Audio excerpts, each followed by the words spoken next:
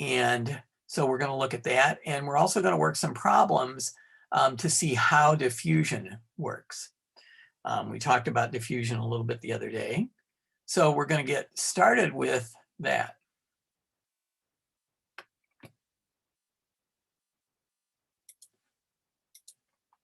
So let's look at some practice diffusion problems, because when we look at the cell test next week, there will be some questions about this on there.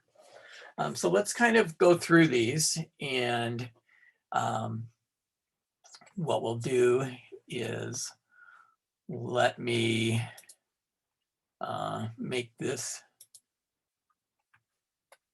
visible.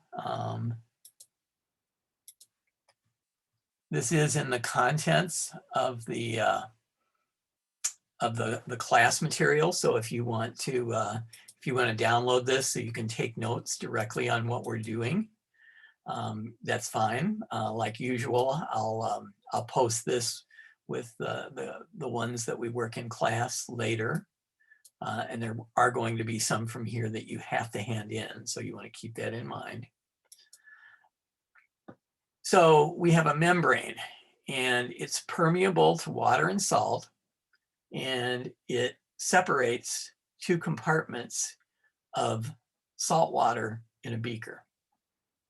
Well, I don't know if we should really call this salt water, because the left side says 0% salt and the right side says 0% salt. So salt water has some salt in it, it has some water in it. So if we have 0% salt,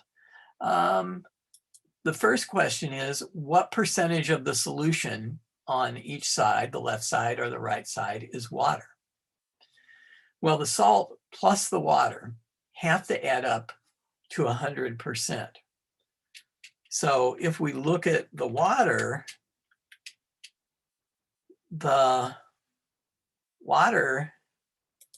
oops, I don't know what happened there.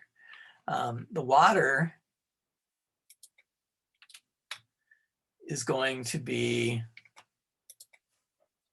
100% minus whatever the percent of the salt is. Now, oops, not the dollar of the salt.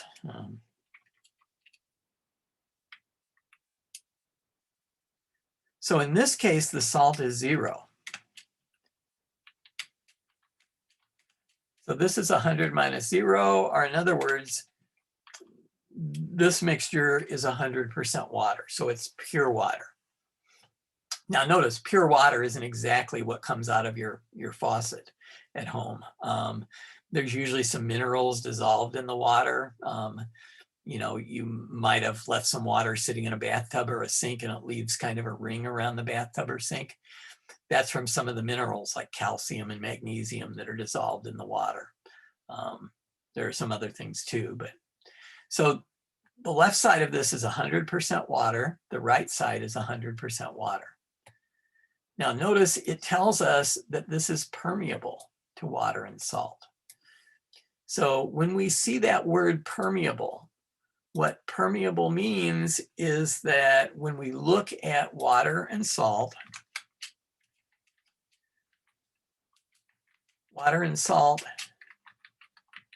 can diffuse through this membrane. So they can go from one side to the other side. Now remember what we've said, in diffusion, particles move about randomly, but even though they move about randomly, ultimately, what we see is that they move from where they're at a high concentration to where they're at a low concentration. Now notice the left side of our membrane is 100% water and 0% salt. The right side is also 100% water and 0% salt. So you might think there wouldn't be any movement, but this membrane is permeable.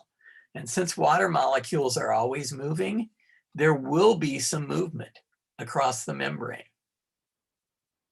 Water molecules will go from the left side to the right side, and water molecules will also go from the right side to the left side. So will there be any net movement of water? Well, remember, net movement, it's kind of like your gross income and your net income.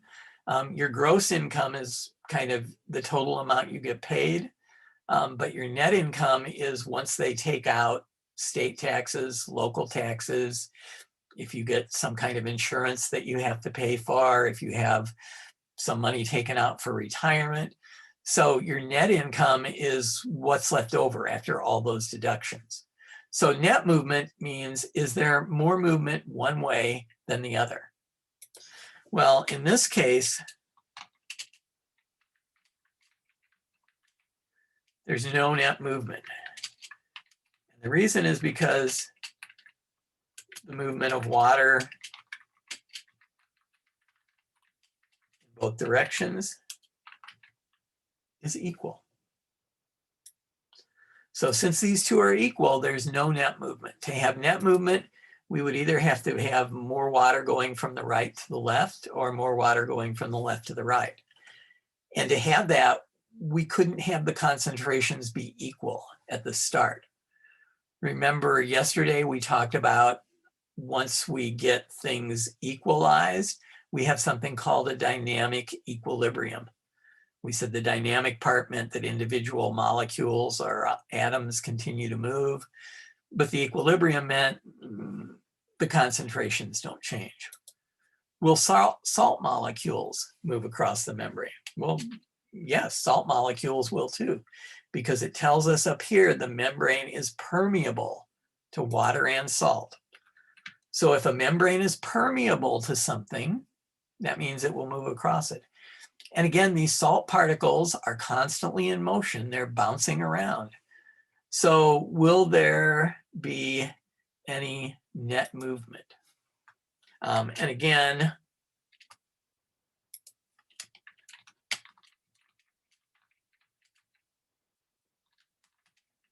there's no net movement. And why? Well, again, because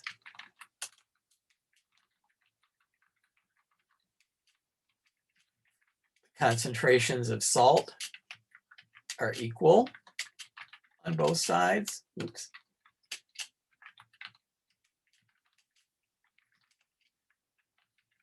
And that means there will be equal movement in both directions.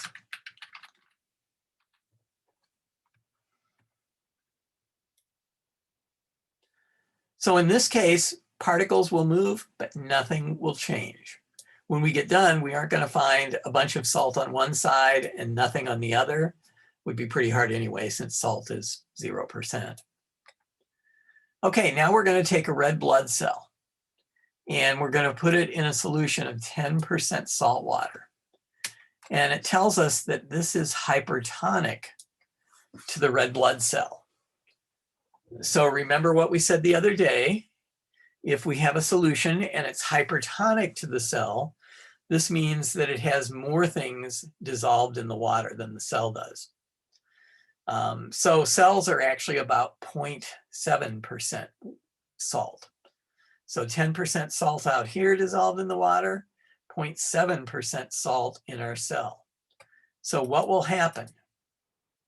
So since this has a higher concentration of salt,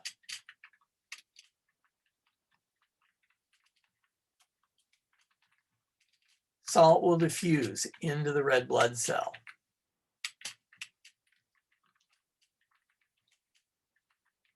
And water will, well, we can say diffuse, but the other thing is, remember when water moves, we can also call it osmosis.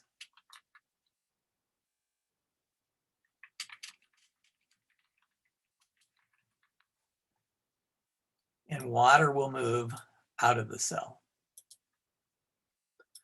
So what happens when water moves out of the cell?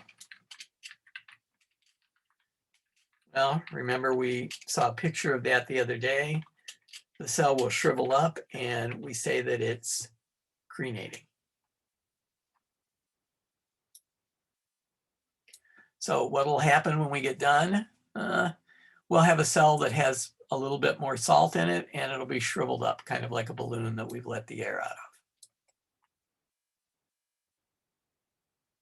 of. Okay, now we have two solutions.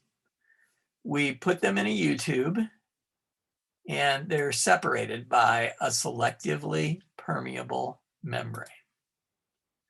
When we have a selectively permeable membrane, what that means is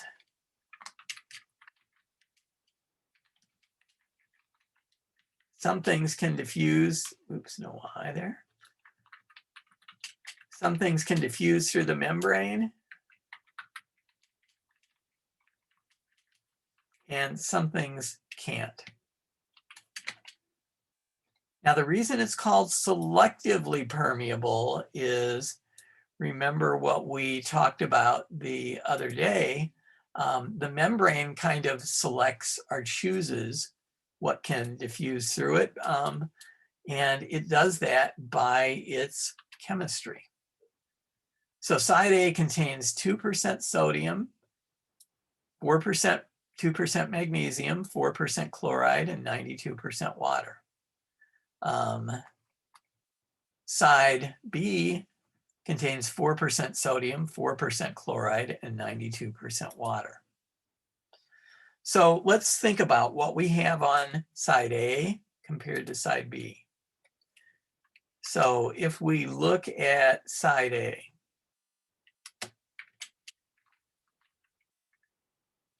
we have 2% sodium. We have 2% magnesium. We have 4% chloride. And we have 92% water.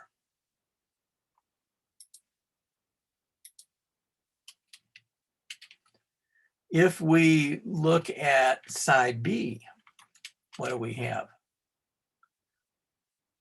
We have 4% sodium,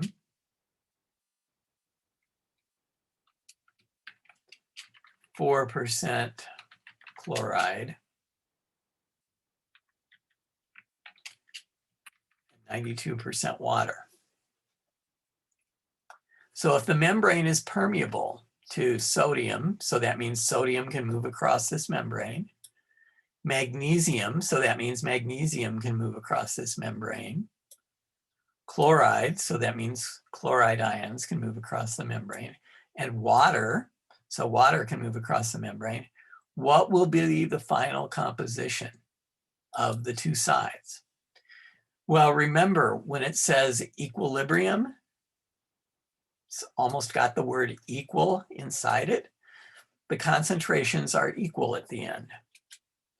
So if we have 2% sodium on one side and 4% sodium on the other side, what will we see when both sides are equal? Can anybody tell me? The final result that we'll get is we're going to end up with 3% sodium on both sides. Now we have 2% magnesium on side A, and we don't have any magnesium on side B. So what's the average of 2 and 0? We're going to have 1% magnesium on both sides. Now the chloride is the same on both sides, so it'll still be 4%. But remember, since the membrane is permeable to chloride, chloride will be moving back and forth across this membrane in between A and B. It's not going to just stay where it is. But when some of the chloride moves from A to B, there's some of it moving from B to A, so nothing changes. And similarly, it's 92% water on both sides. So it'll still be 92% water at the end, but when we look at it at the end, if we could keep track of one water molecule as an individual molecule, it might have started out on side A and it might end up on side B. Now, let's look at a little more realistic situation. This is very similar. We have a U-tube with two sides separated by a selectively permeable membrane. So let's look at side A again.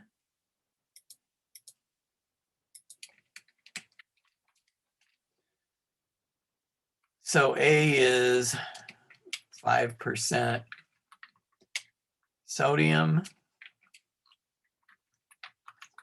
5% chloride, and 10% protein. And it's 80% water. Now let's think about side B.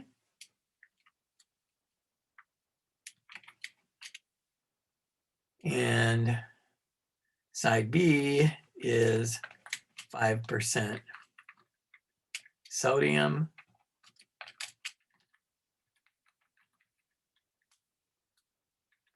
5% chloride, and there's nothing else. So this is 90% water. So when we look at this, what will our final results be? Now the key is here, it tells us that the membrane is permeable to water, sodium, and chloride, but it's impermeable to protein. When we see im, think of the word impossible. Something that's impossible is not possible. So when we say that this is impermeable to protein, this means that protein can't pass through this membrane. Protein is stuck wherever it starts because the membrane is impermeable to it. And this is really more what we see in a plasma membrane. So let's think about what our final results are. So,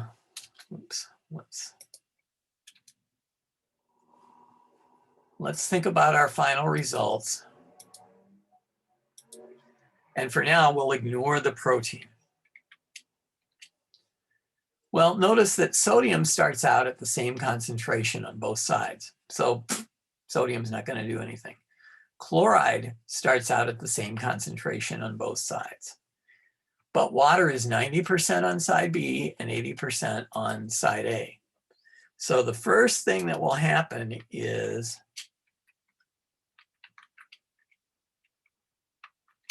water is going to move by osmosis from side B to side A. Now, to see what's going to happen next, we have to think about what percentage really means in a mathematical sense. And when we talk about the percent of something, percent is really parts out of 100. If I have a class and it's 60% females, 40% males, that means 60 out of every 100 students in that class are female, 40 out of every 100 are male. Now, in this case, when water moves over to side A, notice, think about these in terms of percents for a moment. Think of these in terms of marbles. So when water moves over to side A, when this water moves over to side A,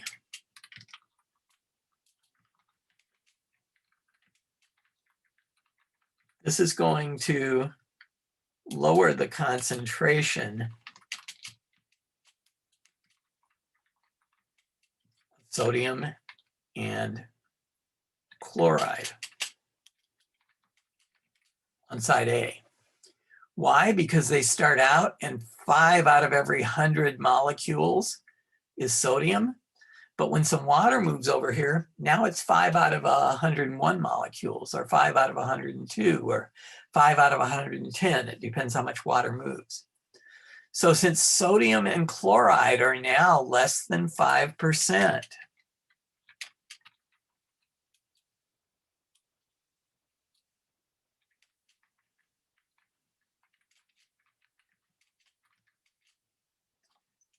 so if sodium is less than 5% now and chloride is less than 5% now, what will happen? Well, now what's going to happen is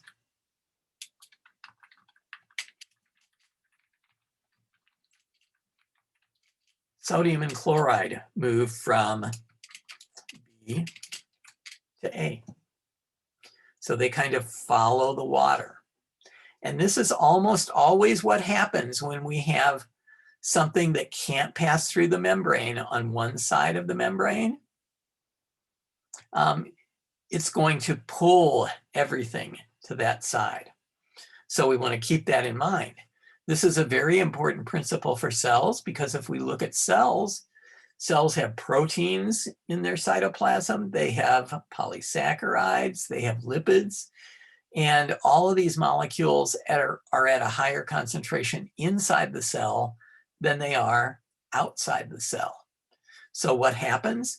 This kind of sucks water into the cell, and when the water gets pulled into the cell, then that pulls in sodium and chloride and other things like calcium and potassium. So this helps to prevent cells from dehydrating. Okay, now we have a row of dialysis bags. You might have heard of dialysis. It's a procedure that we use with patients who have kidney problems. And we're going to start out with a chemical in bag B and a chemical in bag A. And it tells us that the chemical in bag A diffuses twice as fast as the chemical in bag B. So if this is true, if this compound moves twice as fast as this chemical, where will the two compounds meet? Where will they come together?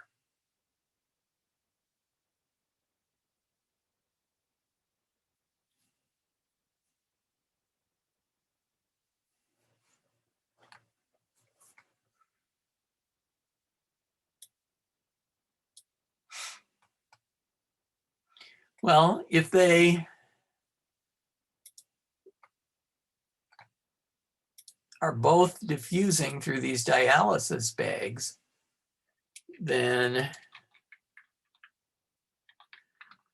what we would see after a while is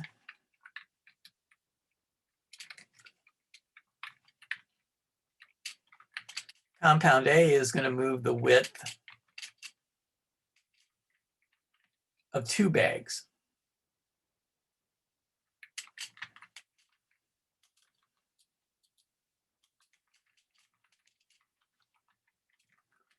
So if you think about it moving two bags, it's going to move to the boundary of bag 2 and bag 3.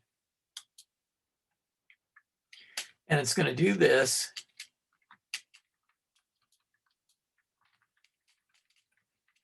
in the same time that B moves one bag.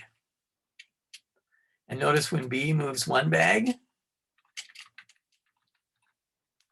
that's also to the boundary of 2 and 3. So these two chemicals, A and B, are going to meet.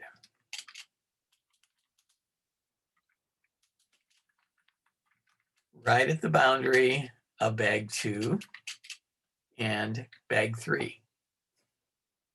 Because if you think about meeting right here, then compound B has moved one bag. It started out here, it's moved over one bag. Compound A started out here, it's moved two bags, so it's moved twice as far.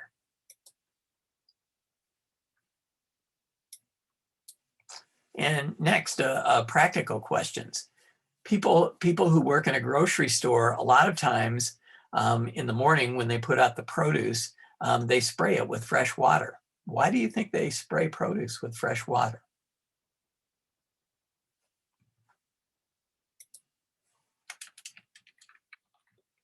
So if you think about fresh water,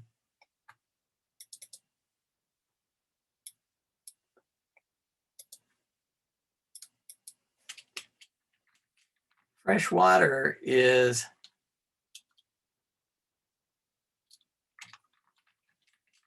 hypotonic to the plant cells, fruits and vegetables, you know, the type of things that we find in this department. So hypotonic is something that has a low concentration of salt and a high concentration of water compared to the cells that it's around. So what does this mean? If I can spell, means that water is going to move by osmosis into the plant cells. So what's the advantage of this? Well, two advantages really. The fruits and vegetables are going to feel firmer. Think about what happens if a plant loses water and dehydrates. You've probably seen this outdoors, but you might have seen it in your refrigerator with something like celery or carrots. When they start to lose some water, they start to kind of get soft and flabby. Notice if they haven't lost too much water, you can put things like celery and carrots in a glass of fresh water and they'll plump up. So a lot of people feel vegetables before they buy them. So if they feel firm, they're probably more likely to get bought. There's another reason too. If you spray some water on something like, you know, apples, and they absorb some water, they weigh a little bit more. And if you think about most produce that you buy at the grocery store is sold by its weight. So since it's sold by its weight, this means that you have to pay a little bit more for it. Now, keep in mind, it's not very much. You know, you're probably, if you're buying a couple of apples, yeah, they maybe weigh like a ½ ounce more than they would or something. So not a ton of money, but, you know, a little bit.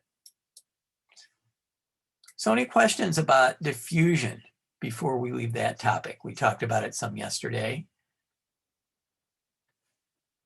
Okay, if there are no questions, we're going to move on to a slightly new topic for today.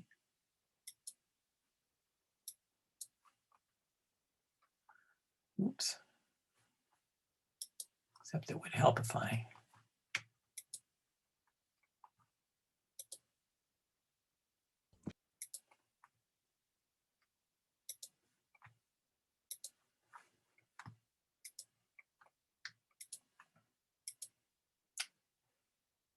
So as we mentioned at the beginning, one of the things that cells have to do, especially if they're in a multicellular organism like your body, they have to somehow coordinate their activities.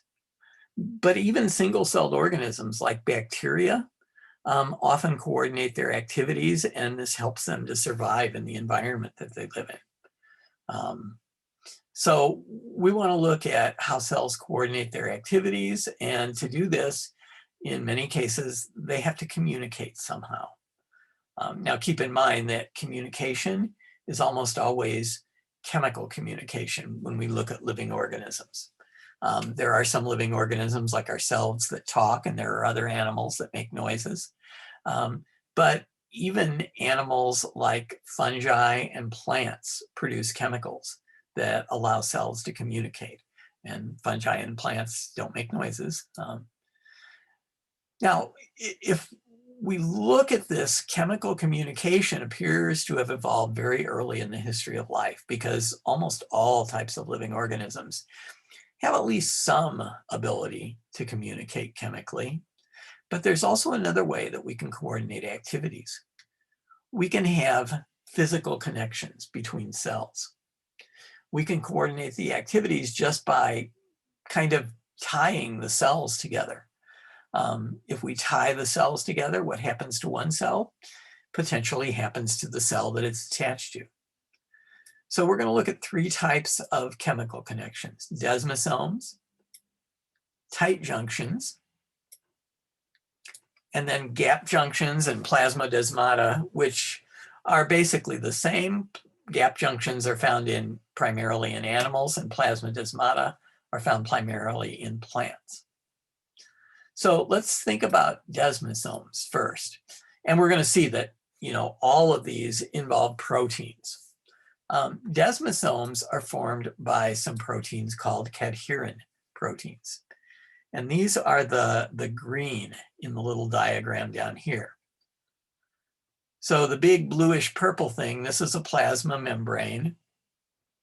And then all of the yellow here is part of the cytoskeleton. And over here we have another blue purplish thing, and this is another plasma membrane. And we have this red, which is kind of the attachment point for those cadherin molecules. And then again, we have some keratin molecules that are in the cytoskeleton that anchor this part of the cell to the rest of the cell. Notice the green is really a protein that goes between the two cells.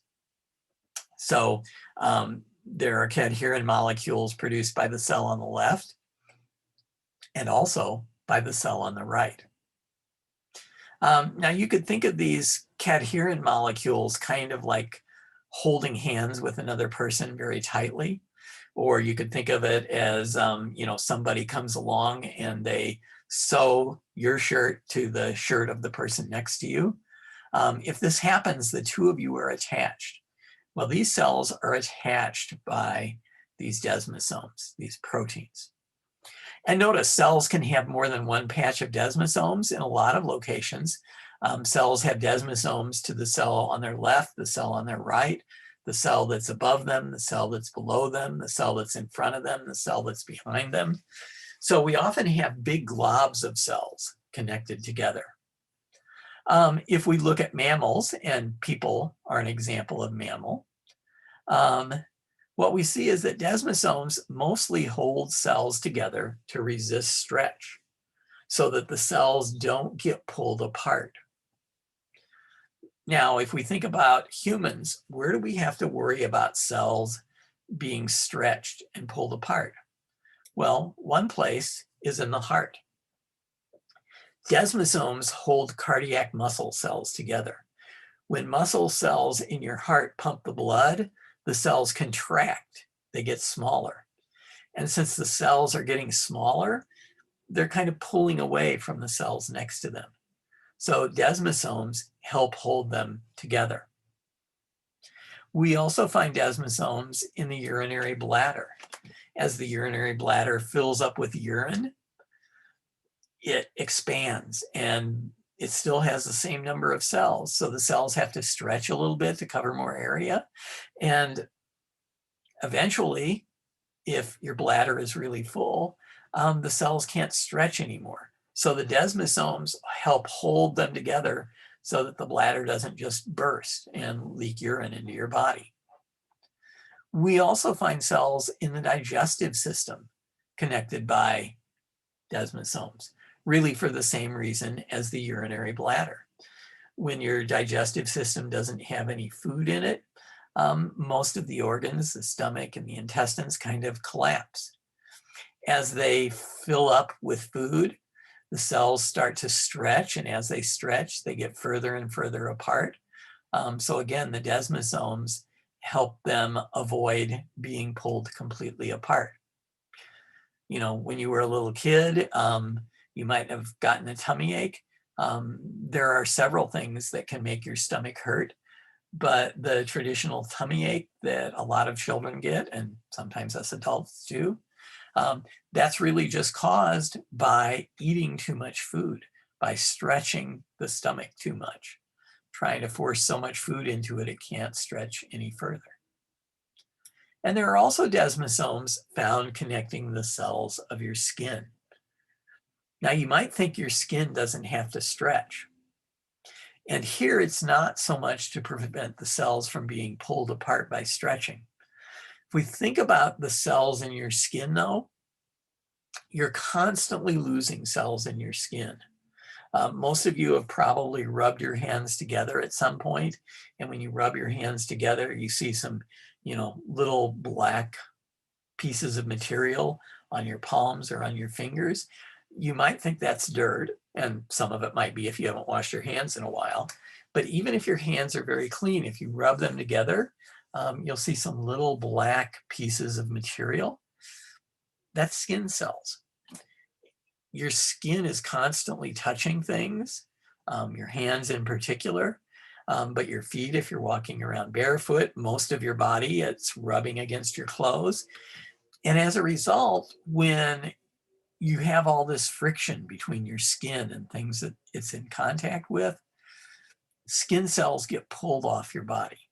People lose millions of skin cells every day. This is what dust mites eat, by the way. That's why for people who are allergic to dust mites, it's very difficult to get rid of dust mites because, they've got a couple million free meals from you every day. If you live in a household with several people, they've got a couple of million times 3 or times 4, however many people live in your household. So by having these desmosomes, skin cells are connected to each other. So it's a little bit harder to pull them away from the rest of the skin for those skin cells to flake off. Doesn't mean it never happens, but it does. Now, desmosomes are a good example of how something that evolves for one purpose may not work so well in other situations. If you think about how humans evolved, desmosomes can help your skin cells from being lost when you come into contact with some sort of surface with your fingers or when you're walking or maybe running. But humans didn't evolve to ride bicycles or motorcycles. And you may never have ridden a motorcycle or seen somebody who slid off a motorcycle in an accident. But if you think back to when you were a little kid, you probably at some point fell when you were riding your bike or maybe roller skating or maybe on a surfboard, well, not a surfboard, but a skateboard. And what can happen? Sometimes when you fall off a bike or roller skates or a skateboard, something where you're going pretty fast, you peel off a big section of skin. When I was a kid, it seemed to always happen around the knees, but maybe the elbows or the arms. Why do you peel off a big section of skin? Well, remember, all these skin cells are connected by desmosomes. So although they're a little bit stronger and a little bit more resistant to being torn off from the rest of your skin cells, once it gets started, sometimes we pull off a whole sheet of skin cells instead of just a few. So, we didn't really evolve to survive falling off a skateboard or a bicycle. Now, tight junctions are also produced by proteins. Keep in mind, proteins are going to be the story here, just like they are anytime we talk about anything getting done in cells. In this case, there's two different types of proteins called Claudin proteins and occludin proteins. And what these proteins do is they hold the plasma membrane of two cells together very tightly. So this time the plasma membrane is indicated by the kind of mustard colored sheet on the left. And then here's another cell, the mustard colored sheet on the right. These little green blobs represent the proteins. And you can see that where we have these connecting the two cells membranes are pulled together very tightly. Now, why do we do this? We do this in areas where we don't want anything to get between the cells. Because even though cells are very small, without tight junctions, there are even smaller spaces between cells. And very tiny things like bacteria or viruses could potentially move through those spaces. So for instance, we find these tight junctions in cells in your digestive system, in your small intestine. Your small intestine is where you absorb most of the nutrients from your food. But, you know, this might be a good way to go on a diet if you think about the fact that no matter how well you cook your food, no matter how well you wash your food, there's millions of viruses and bacteria cells in it. So you can get rid of a lot of them, but not all of them.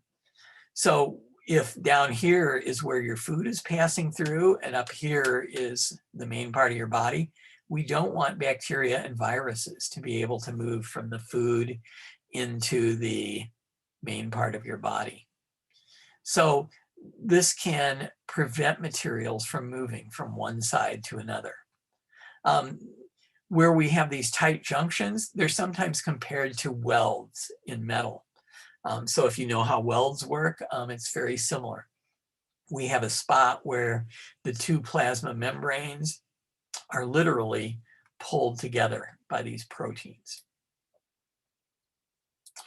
Now, the third type of connection that we see is called gap junctions in animals, and it's called plasmodesmata in plants. And it's a little bit different, but it's very similar. And they work the same way. The only thing that's different is a little bit of the chemical structure. And the key with both of these is these are channels, and they directly connect the cytoplasm in one cell to the cytoplasm in another cell. So here's some plasma membranes again, the purplish this time, and the green represent gap junctions. This is an animal cell. If it was a plant cell, we would have to have the cell wall outside the plasma membrane. And what we see is this is a channel protein. Remember, we talked about those the other day. And so we have channel proteins from two cells that are next to each other that line up. So this allows chemicals to move from one cell into the other cell. But remember what we've said about proteins. They're all very specific in terms of how they work. They work according to their three-dimensional shape, and their three-dimensional shape depends on their chemistry. So when we have this channel, not just anything can move from one cell to another. Only certain types of chemicals can move from one cell to another. Some of the chemicals that most commonly move between cells are sodium, or potassium, or chloride, or calcium, and they're actually ions in a chemical sense. They're not molecules. Now, what's the advantage of this? Well, if we look at these sodium ions and these potassium ions and calcium ions and chloride ions, when they go across a membrane from the inside of the cell to the outside, or in some cases from the outside to the inside, but when they cross a membrane, they are the thing that produce nerve signals. They're crossing of a membrane. And they also produce the signals that tell muscle cells to contract, to move your body. So if we look in your heart, for instance, now remember, in the heart, we already said we have desmosomes between cells. We also have gap junctions between cells. And when these chemicals move from one heart cell to another heart cell, the advantage is they cause all the muscle cells in your heart to contract at approximately the same time, instead of each cell contracting on its own. Now, you might wonder why this matters, whether they contract on their own or contract in a synchronized fashion. But keep in mind that your heart is supposed to pump blood through your body.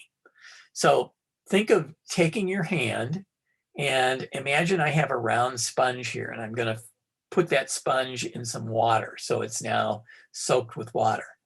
If I squeeze all my fingers together, I squeeze a lot of water out of that sponge. I squeeze it with a lot of force. If I do the same thing, but instead of squeezing all my fingers, I just squeeze one finger at a time, it doesn't come out nearly as forcefully. Just a little bit of water comes out and it would be a much weaker stream. And the same thing happens with your heart. This is one of the main things that happens in most heart attacks, is all the cells, instead of contracting at the same time instead of pumping the blood at the same time, they all work on their own schedule. And to get them back on the same schedule, this is when we have to administer an electric shock with a device called a defibrillator. So you've all seen those paddles that they use on TV, if nothing else. That's a type of defibrillator, because these chemicals moving, sodium and potassium, calcium, chloride, these are all ions. They have electrical charges. And movement of electrical charges, that's actually what electricity is. So what does a defibrillator do? A defibrillator has a voltage high enough that when we give your heart a jolt, it resynchronizes all the cells. It gets them back so that they're all contracting at the same time. Most defibrillators have several voltages. So when we first use a defibrillator on a person, we usually use a low voltage. And then if that doesn't work, we turn up the juice a little bit and we try it again. But higher voltages can also cause damage. So we try to use the lowest voltage that we can. Now notice, if you think about a gap junction, or if we were talking about plants, plasmodesmata, the actual junction is a physical connection between cells, but the activity is coordinated by chemicals moving from one cell to another. So remember, we said at the beginning that we were going to talk about how cells coordinate their activities through physical connections and through chemical communication. So really, when we think about gap junctions and plasmodesmata, they're kind of a combination. They're a physical connection that allows chemical communication. The other types of chemical communication that we'll talk about don't really involve two cells that are physically attached to each other. The cells are distant from one another. So when we look at chemical communication, there's a couple of different types of chemical communication. One is what we call hormones. Another one is paracrines, which are sometimes called paracrine hormones, and neurotransmitters, and pheromones. If we look at hormones, they were the first type of chemical communication that were discovered. And they were originally defined as chemical messengers. And it kind of made sense at the time. When hormones were discovered, it was believed that they were the only type of chemical messengers that the body created. And they were actually defined as chemical messengers that are made in one part of the body and affect the metabolism of a different part of the body. However, it turns out that beginning in the early 1900s, we started discovering paracrines and neurotransmitters and pheromones. And these are all chemicals that are made in one part of a body that affect other cells in different locations. But they don't really work the same way that hormones do. So when we look at hormones, keep in mind that hormones generally travel through your body in fluids, usually the blood in people and what we sometimes call sap in animals. In plants, yes, plants do produce hormones. So don't think that only humans produce hormones. Other mammals produce pretty much the same hormones that we do. And things like insects also produce hormones. So lots of different types of living organisms make hormones. Now, we're never going to get away from polar and nonpolar. So when we look at hormones chemically, there are a couple of types. Some hormones are amino acid based, meaning they're made from amino acids. And amino acid based hormones, remember that carboxyl group and that amino group, they all have some polar functional groups in them. And other hormones are either steroids or something called eicosanoids. Eicosanoids are made from fatty acids that react with oxygen. But eicosanoids and steroids are both lipids. So, and remember, lipids are mostly nonpolar. So again, we're coming back to polar and nonpolar. We're never going to get away from that. So you want to keep that in mind. So let's look at how an amino acid-based hormone works. So in this case, our hormone is these little pink blobs. Now, if we look at this hormone, because of the fact that it has all these polar functional groups, these amino groups and these carboxyl groups, because it has all those, it can't go through the plasma membrane. Remember what we said the other day when we were talking about the plasma membrane. Only non-polar molecules can get through the plasma membrane unless they're really small. Water can sometimes get through the plasma membrane, even though it's polar, but water is pretty small. So what happens is these polar amino acids attach to a protein receptor that's found in the plasma membrane. Now, when it attaches to this protein receptor causes a change in a protein that it's attached to on the inside of the cell. So all this yellow down here is the cytoplasm. And this molecule that changes is something called a G protein. And that's because it actually has that guanine in it, that molecule that was part of a nucleotide that we talked about with DNA and RNA. Now this G protein has its shape changed. Notice it has a different shape over here. It's got this little plug on the right instead of this little kind of hook on the left. This G protein, which has GTP attached to it, which is kind of like ATP, this G protein comes over and activates an enzyme called adenylate cyclase. Notice it's got that ASE ending, and remember what we've said, ASE is generally a hint that something is an enzyme. And so when it comes over to adenylate cyclase, this enzyme was inactive. It was sitting here doing absolutely nothing. When this G protein attaches to it, now it activates it. And when it activates it, this adenylate cyclase takes a molecule of ATP and it breaks it down to something called cyclic AMP or CAMP. Now, cyclic AMP then activates something called a protein kinase. There's that ASE ending again. So this is an enzyme. This is an inactive protein kinase. Now, enzymes that are kinase add a phosphate group to something. So this is going to add a phosphate group to a protein. So when this phosphate group gets the protein added to it, now that protein is activated. So if we look at these molecules, we have our hormone, which is sometimes called the first messenger. Remember, hormones are chemical messengers.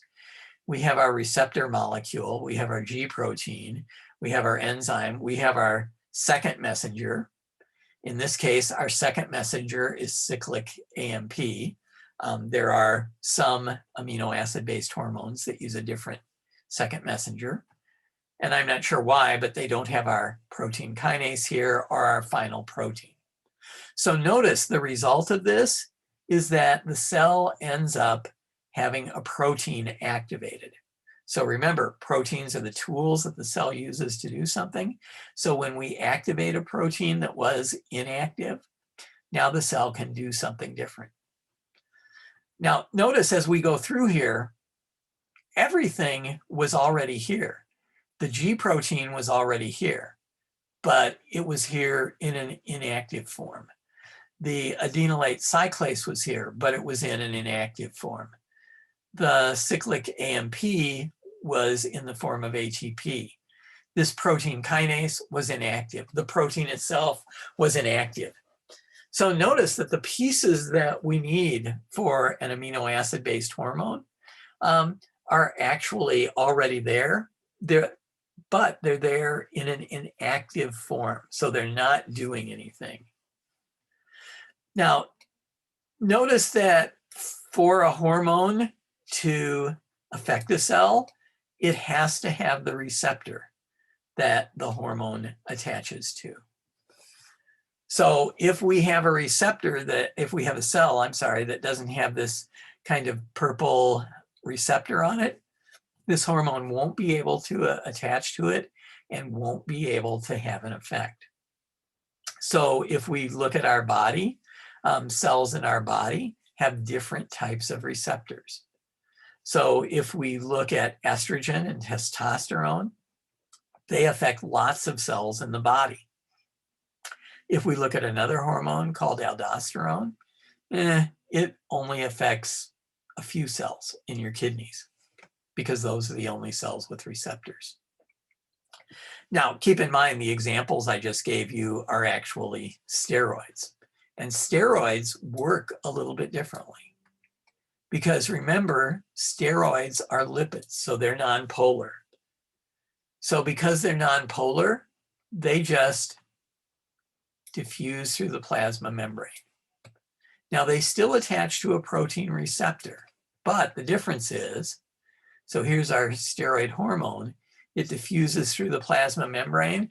The receptor it attaches to is in the cytoplasm. For an amino acid-based hormone, the receptor protein was out in the outer layer of the plasma membrane.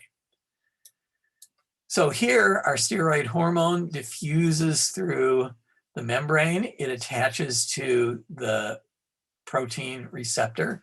And when they combine, it's called a receptor hormone complex.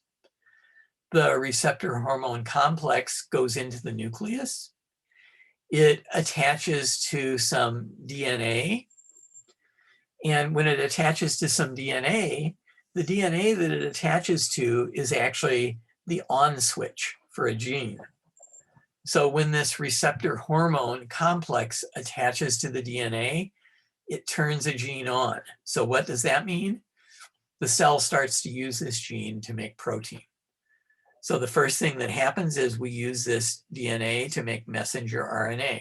That's called transcription. Then the messenger RNA goes out of the nucleus, it goes to a ribosome, and the ribosome makes the protein.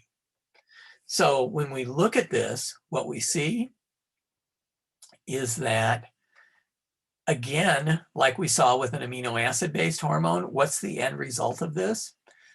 The cell can do new things because it's using a new protein. Now the difference is this protein was not here in an inactive form. The cell actually makes this protein when the hormone comes in and activates the DNA. In the case of our amino acid-based hormone, the protein was here all the time. It was just inactivated. It wasn't doing anything. So either case, though, the final result is similar. We start using a new protein, which means the cell can do something new. So now let's think about the other types of molecules. And a good way to think about them is to think about them in relation to hormones. So one of these types of molecules is paracrines. Para means next to. Think of, I think it was geometry, but one of those math classes that you took way back when, you had parallel lines. Parallel lines are next to each other. Paracrines aren't released into your blood, or in a plant, they're not released into the sap. Paracrines are just pushed out of the cell. So they're pushed out of the cell membrane. So there's a lot of them right by the cell membrane, and there's not very much away from the cell membrane. So what happens when the paracrines are released? They diffuse away from the cell that releases them.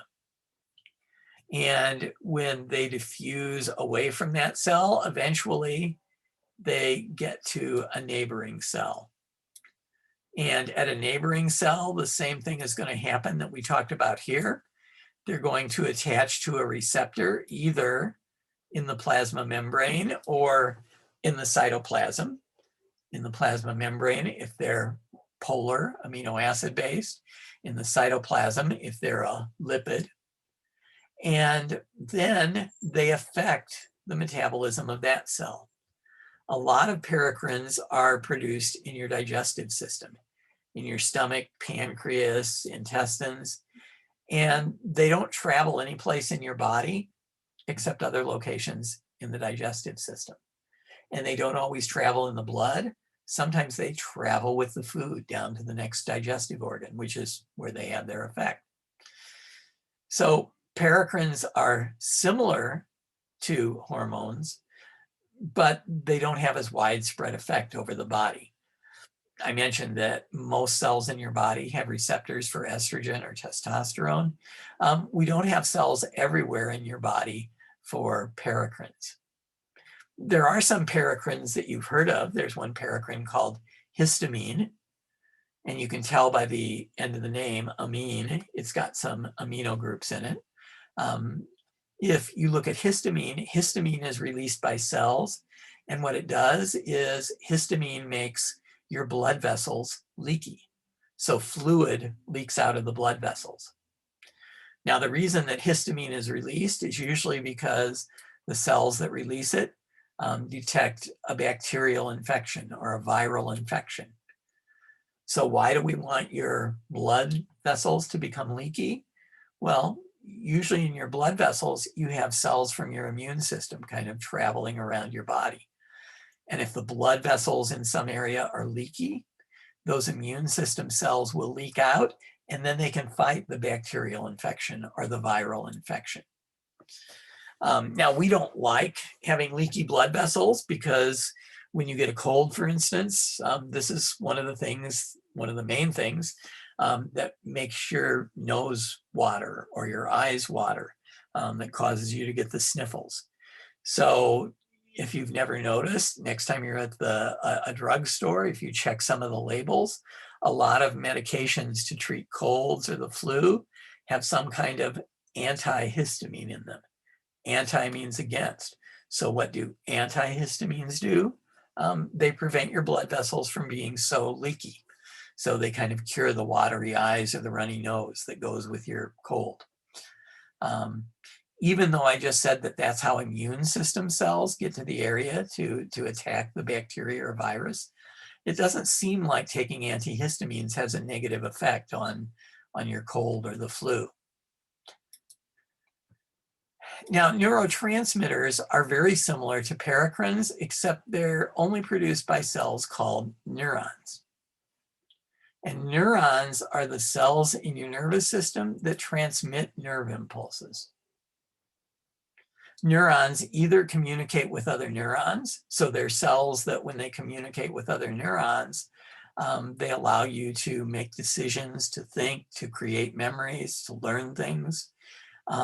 And they can also communicate with muscle cells. And they can tell muscle cells that the muscle cells should contract and move your body. Or if they're heart cells, they should contract and pump blood through your body. And they can also communicate with gland cells. And they can tell your gland cells to release their secretions. So they can tell the gland cells in a sweat gland to release sweat. They can tell gland cells in the pancreas to release insulin that you need it to digest food. So when we look at these, when a neuron releases its neurotransmitter, it really just diffuses typically to one cell or a few cells to the next neuron in the chain, or the muscle cell that's going to move your body, or the gland cell that's going to release its secretions. So neurotransmitters are very similar to paracrines, except they're only produced in the nervous system in neurons. And there might be some of these neurotransmitters that you've heard of. There's one called acetylcholine, and acetylcholine is sometimes abbreviated ACH. And this is probably the most studied neurotransmitter. This is the one that causes your muscles to move your body. But there's another one called serotonin. And serotonin plays a big role in your mood. One of the most famous pharmaceutical drugs of recent years actually works on serotonin. There was a drug developed probably 15 or 20 years ago now called Prozac. And serotonin has a lot to do with your mood. And a lot of people who are depressed, not everybody who's depressed, but a lot of people who are depressed don't make enough serotonin. So what Prozac does is Prozac causes some chemical changes that make the serotonin that you produce last longer. So it tends to improve your mood. There's another chemical called dopamine. And dopamine is a neurotransmitter. It can affect your mood. Almost all the neurotransmitters do several different things. But dopamine also has a lot to do with how coordinated your muscle movements seem to be. People who have diseases like Parkinson's disease almost always have problems with dopamine. And there's another one called gamma aminobutyric acid, or GABA.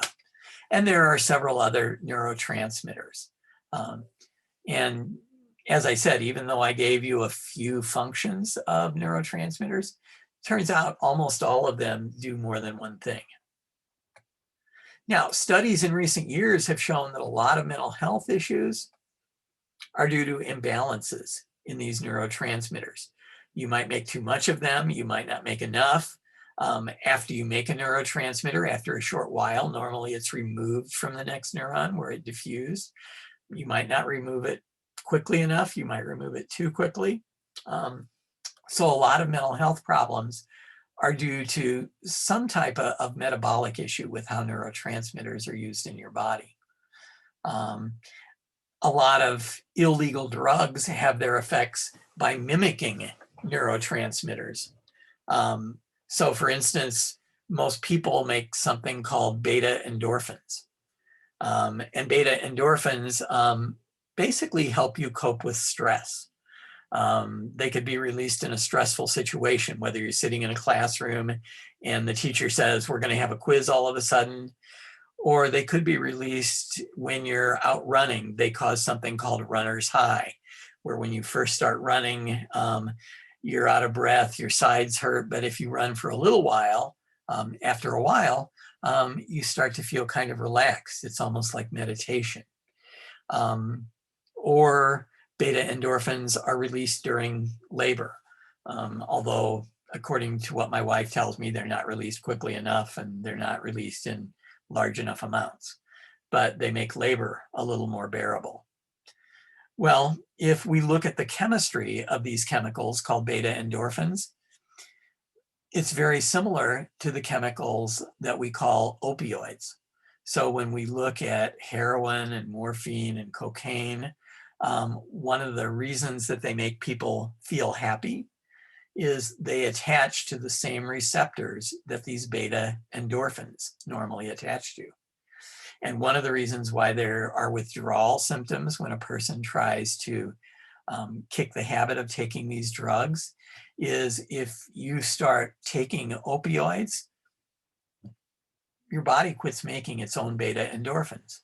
Because even if you take a very small quantity of opioids, it's much, much more than your body produces. So your body kind of just gives up and quits making them. Now, the problem with this then, if later you decide you're going to quit taking this drug, you don't make beta endorphins anymore. And since you need beta endorphins to cope with stress, it's going to be a very difficult time getting through the stressful process of withdrawal, because it takes a while before you start making beta endorphins again. Now, finally, let's look at something that is kind of weird in some cases, some chemical communication that involves some things called pheromones, sorry. And pheromones are chemicals that are secreted or excreted outside your body. And they affect social behavior in other animals of the same species. They don't affect you, but if you make pheromones, they affect other people. Pheromones have been discovered that attract members of the opposite sex, that mark food trails so other individuals can find food effectively, that mark territory. If you have a dog, you're familiar with the fact that they like to spread their pheromones around so that everybody in the neighborhood knows whose telephone pole this is. So these are all examples of pheromones. There have been a lot of claims that sex attractant pheromones have been discovered in people, but none of them have ever been proved or tested, I should say, in a scientific experiment and not been rejected. But there is some kind of anecdotal evidence that there may be sex attractants, despite the fact that there's really no scientific evidence that they exist. If you go online and you search for sex pheromones, you'll find a lot of products that claim they have these sex pheromones in their perfume or their cologne, and that if you wear these, you'll be irresistible to the opposite sex. Unfortunately, there's not any scientific evidence that they actually work. There's also another problem, which is, if you think about it, the sex pheromones that have been discovered in other types of organisms are very generic. They're not specific. So if you really had a sex pheromone in your perfume or in your cologne that you were going to wear to the party to attract that special other person that you wanted to attract, the problem is they don't work that way. You wouldn't attract that one person, you'd attract everybody at the party. So it might not be exactly what you're looking for in terms of your party experience. Are there any questions about either physical connections between cells or chemical communication between cells? Okay, if not, I will let you go in a minute. I'm going to stop screen sharing. A couple of things to keep in mind. The diffusion and osmosis problems that we worked on at the beginning of class are posted as an assignment. This is due by midnight tonight. Keep in mind that if you need some help on working them, this video should be up on YouTube in another hour or so, and we really worked all those at the beginning of class, so you can go back and check your answers that way. I would suggest that you start out and try to answer them yourself first. Obviously, I'll never know, but I'll check and see with the link, because I know somebody tried it yesterday and it worked, so I'm not sure. I'll try sending you another one. The other thing is, keep in mind, we're kind of done with what we're going to discuss about cells. So we will be having a test on cells. There is no class on Monday. Monday's off since the 4th of July is over the weekend. So we're not going to have this test until Wednesday, so that way you won't have to study for it over the holiday. Now, there are some questions that are due on Tuesday. So keep those questions in mind. They're the questions on cell structures and cell organelles that I don't see them yet. You say you posted an assignment that you just posted like today or something? Let me see. Because I didn't see it when I looked for it. Yes. Okay, I see it now. Looks like I can see it, so double check. I can see it now, but I didn't see it yesterday. Okay, and I just put up the practice diffusion problems. So the practice diffusion problems are due tonight. The other problems are due not till next week, and then we'll have our test on Wednesday, which means on Tuesday we'll go over the study guide for that material. If you want the study guide ahead of time, email me and I will send that to you early if you'd like to have it early. Okay. The what study guide for the next test? Study guide for cells. You can email it to me. Okay. If you don't see it by tonight, email me and remind me, because I'll try to remember, but once 2 or 3 or 4 people tell me something during class, sometimes I forget one. Okay. Any other questions or comments?